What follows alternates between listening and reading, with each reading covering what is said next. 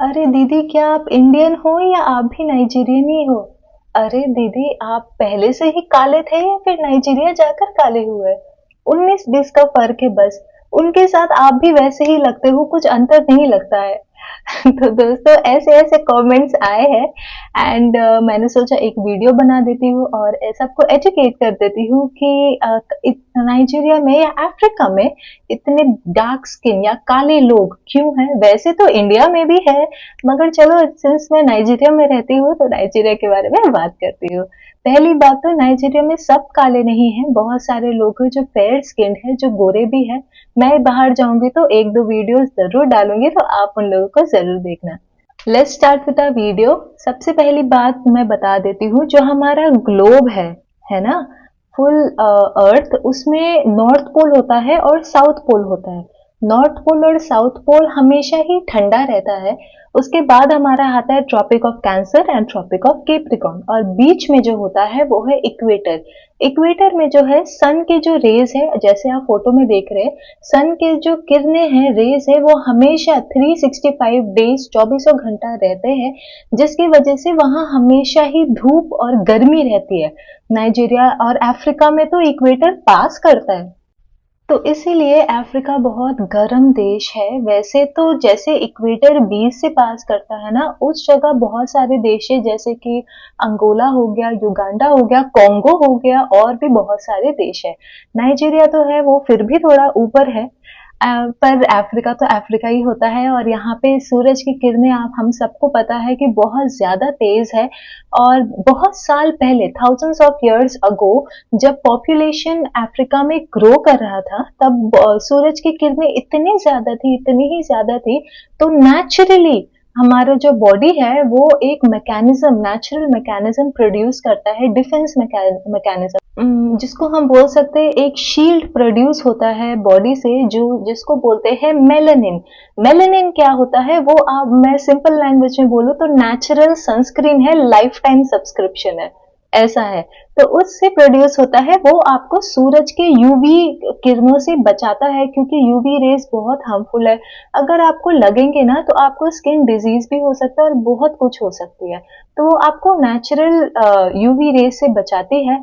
जब वो प्रोड्यूस होती है ना हमारे बॉडी में, वो ऊपर आके लग जाती है, तो उसकी वजह से जितना ही ज्यादा प्रोड्यूस होते हैं उतना ही बॉडी आपका ब्लैक होते जाता है। जैसे कि अगर आप बहुत गोरे हो, इसका मतलब है कि आपके बॉडी में मेलेनिन नहीं है। मैं तो डार्क स्किन हूँ, इसका मतलब है मेरे बॉडी में मेलेनिन है ना। तो इसीलिए अफ्रीका में लोग डार्क स्किन है, क्योंकि यहाँ पे सूरज की किरणें बहुत ज्यादा है। ठंडा नहीं है, ठंडा तो नहीं है, मगर साउथ अफ्रीका में आप बोल सकते हो है, क्योंकि वो साउथ में पड़ता है, इक्वेटर से दूर है, और वहां ना गोरे लोग भी है। तो पूरे अफ्रीका में ऐसा नहीं है कि सब काले काले ही है, गोरे गोरे भी है ना। जितना ज्यादा मेलेनिन उतने ज्यादा आप ब्लैक स्किन, ऐसा है। तो इंडिया में भी तो हमारे बहुत सारे ब्लैक स्किन है ना, इतने सारे काले लोग हैं, सांवले लोग हैं, गोरे लोग हैं।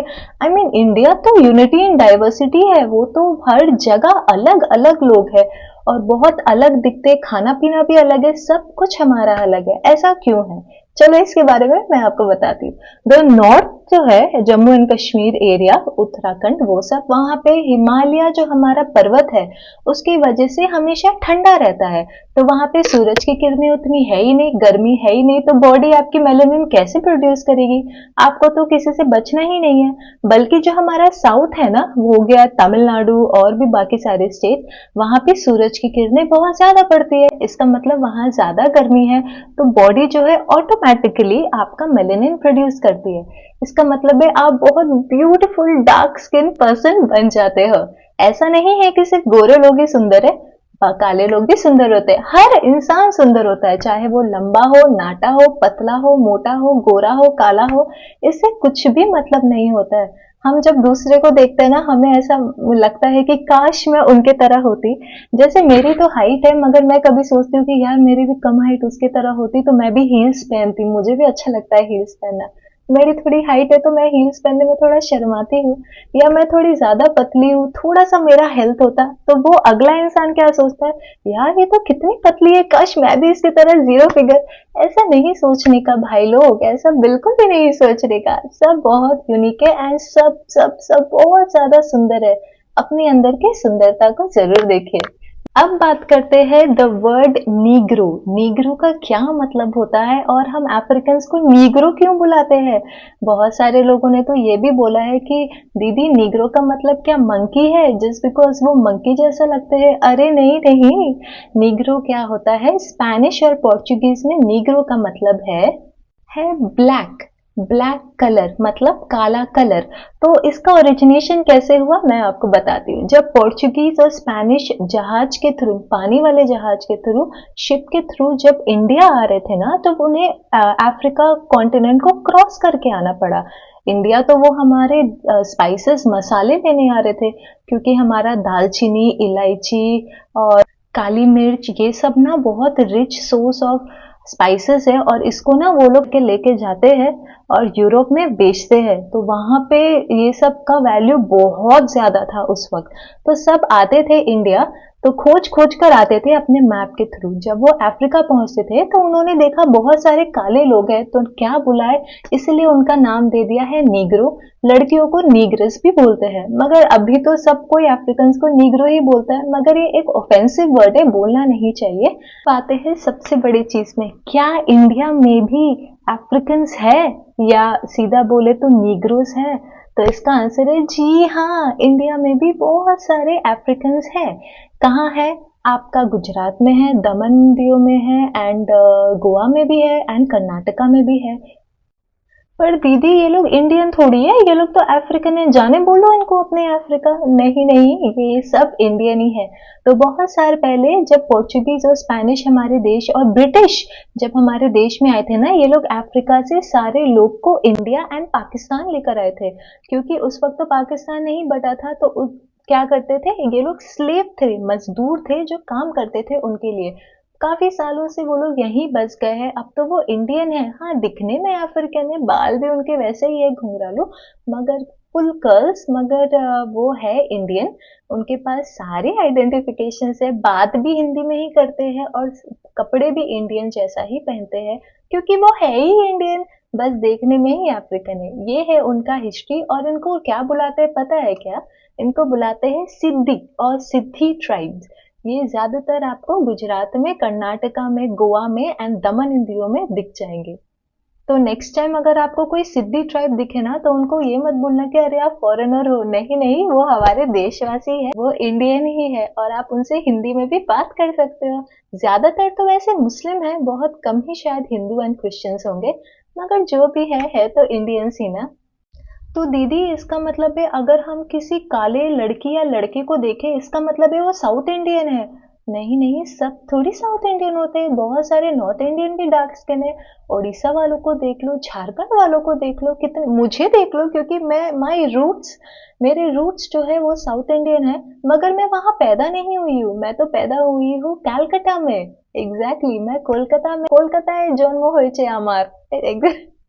मैं भले तमिलियन हूँ, मगर मैं कोलकाता को भी बहुत प्यार करती हूँ, क्योंकि मेरा जन्म हुआ है कलकत्ता में, और मैं वहां पे ही मैंने पढ़ाई लिखाई की है। तो आप इतने अच्छे हिंदी और इंग्लिश कैसे बोल लेते हो दीदी? अरे बाबा, मुझे हिंदी बोलना अच्छा लगता है। मैं हिंदी बुक्स बहुत पढ़ती हूँ, और इंग्लिश तो मैं बात करती ही हूँ, क्योंकि मुझे बुक पढ़ना बहुत पसंद है। ज्यादा बड़े बड़े नॉवेल्स तो नहीं, छोटे मोटे स्टोरी बुक्स भी पढ़ती हूँ, तो बहुत अच्छा लगता है। और मोस्ट इम्पोर्टेंटली, मैं तो बैचलर्स हूँ ना इंग्लिश ऑनर्स में, तो एटलीस्ट इंग्लिश तो बात कर ही सकती हो। तो दीदी आपका कलर भी तो अफ्रीकन जैसा ही है, तो आप जब रास्ते में जाते हो तब आपको तो कोई पहचान ही नहीं पाता होगा।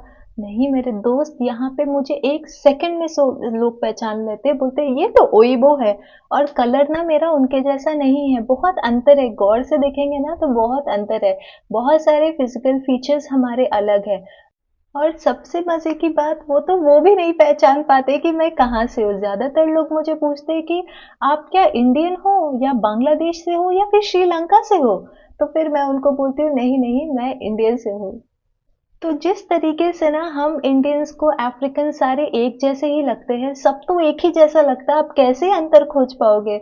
बहुत अंतर है मेरे दोस्त। मुझे भी पहले पहले अंतर नहीं दिखता था। जब मैं अपने हस्बैंड को डेट करती थी कलकत्ता में, वो किसी एक दो फ्रेंड से मिलाते थे, तब मैं सब मुझे एक ही जैसा लगते थे, बस हाइट का अंतर लगता था।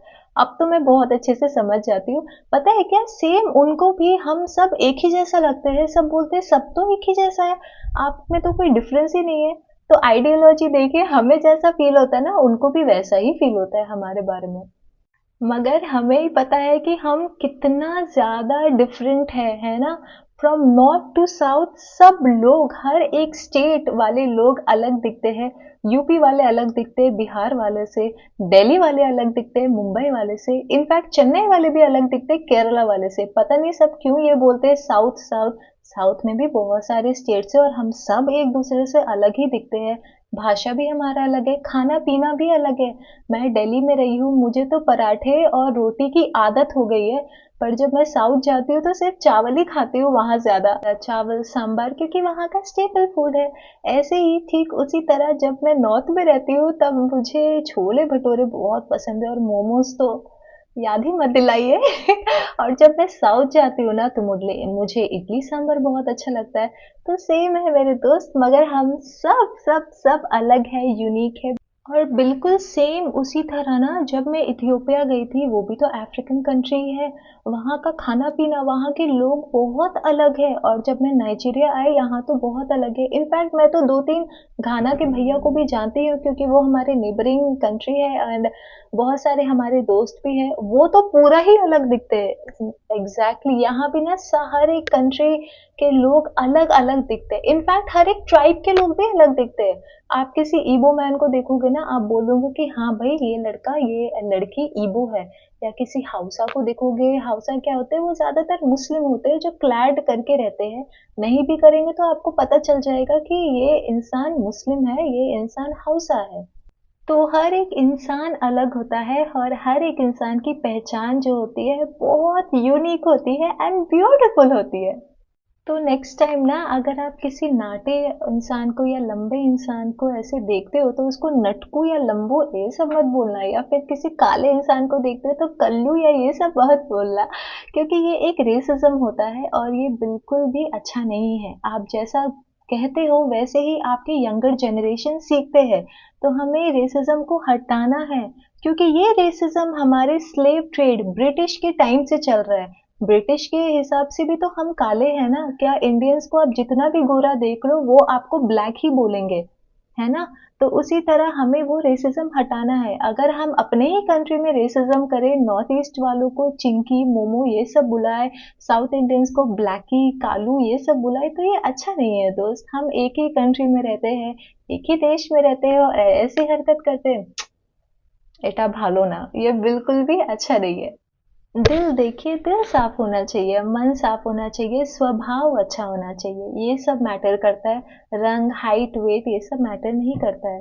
ठीक उसी तरह जैसे आप किसी यूरोपियन मतलब यूके लंदन के इंसान को देख लो और यूएस के इंसान को देख लीजिए, दोनों ही बहुत बहुत अलग है। भले ही उनका रंग दोनों ही सफेद है, मगर फिजिकल फीचर्स, बात करने का तरीका, यहाँ तक कि इंग्लिश भी दोनों का अलग है। क्योंकि बचपन में जब मैं छोटी थी ना, तो मुझे भी बहुत लोग बोलते थे कि अरे ये तो काली है, इसका क्या होगा, ये होगा, क्योंकि मेरे फादर तो डार्क स्किन है, ब्लैक है, पर मेरी मम्मी जो है वो सांवली है। मगर हम तीनों ही भाई बहन पापा के ऊपर गए हैं जो काले हैं, डार्क स्किन्ड है। मगर तो वो ना चीज बहुत इफेक्ट हो जाता है यार, सच में बोल रही हूँ। अगर आप किसी को बॉडी शेम करते हो, कलर शेम करते हो ना, तो वो ना एक माइंड में बैठ जाता है, काफी समय के लिए नहीं जाता है। आप बचपन से बच्चे के सामने ऐसे बोलते हो ना कि आप ऐसे हो, आप ऐसे हो, आप नाटे हो, आप लंबे हो, आप मोटे हो, आप काले हो, बिल्कुल भी मत बोलिए। वो दिमाग में, मेरे ही दिमाग में बहुत बहुत समय तक बैठा। जब मैं बड़ी हुई, मैंने दुनिया देखा एंड मुझे लगा कि नो, मुझे थोड़ा खुलना चाहिए। I have to be proud of myself, I have to be proud of my skin colour. क्योंकि मैंने बहुत बहुत स्ट्रगल तो किया ही है, मगर साथ ही साथ अपने आप को भी एक्सेप्ट करना ना बहुत मुश्किल हो जाता है दोस्तों। ये रेसिज्म ना मैं पूरा बंद करना चाहती हूँ अपने बच्चे के लिए, कि मुझे जैसे फेस करना पड़ा मेरे बच्चे को बिल्कुल भी वैसे फेस नहीं करना पड़ेगा। चाहे वो लंबा हो, नाटा हो, गोरा हो, काला हो, कोई फर्क नहीं पड़ता है। मेरा बच्चा है, स्वभाव उसका अच्छा होना चाहिए। मैं उसको डिसिप्लिन सिखाऊंगी, दूसरों को रिस्पेक्ट करना सिखाऊंगी, और सबसे बड़ी बात ना, काइंड होना सिखाऊंगी। बहुत काइंड होना चाहिए हर एक इंसान को, इतना घमंड नहीं करना चाहिए किसी भी चीज़ के बारे में, क्योंकि दुनिया में सबसे मुश्किल काम है काइंड होना। घमंड तो कोई भी कर लेगा, है ना। तो इसलिए हम सभी को काइंड होना चाहिए। और आप भी ये बात ज़रूर याद रखें कि आप भी ना ये रेसिज्म बंद करिए। जो अपने प्रति जो हम करते हैं वैसे ही बच्चे सीखते हैं। तो thank you so much. I hope मैंने ज़रूर कुछ कन्वे किया होगा आज के मैसेज पे। एंड मिलते हैं हमारे नेक्स्ट ब्लॉग पे, जो बहुत इंटरेस्टिंग होने की कोशिश करूँगी मैं कि बहुत इंटरेस्टिंग हो जाए। आप लोगों के सपोर्ट के लिए बहुत बहुत बहुत धन्यवाद। And take care of yourself. Bye.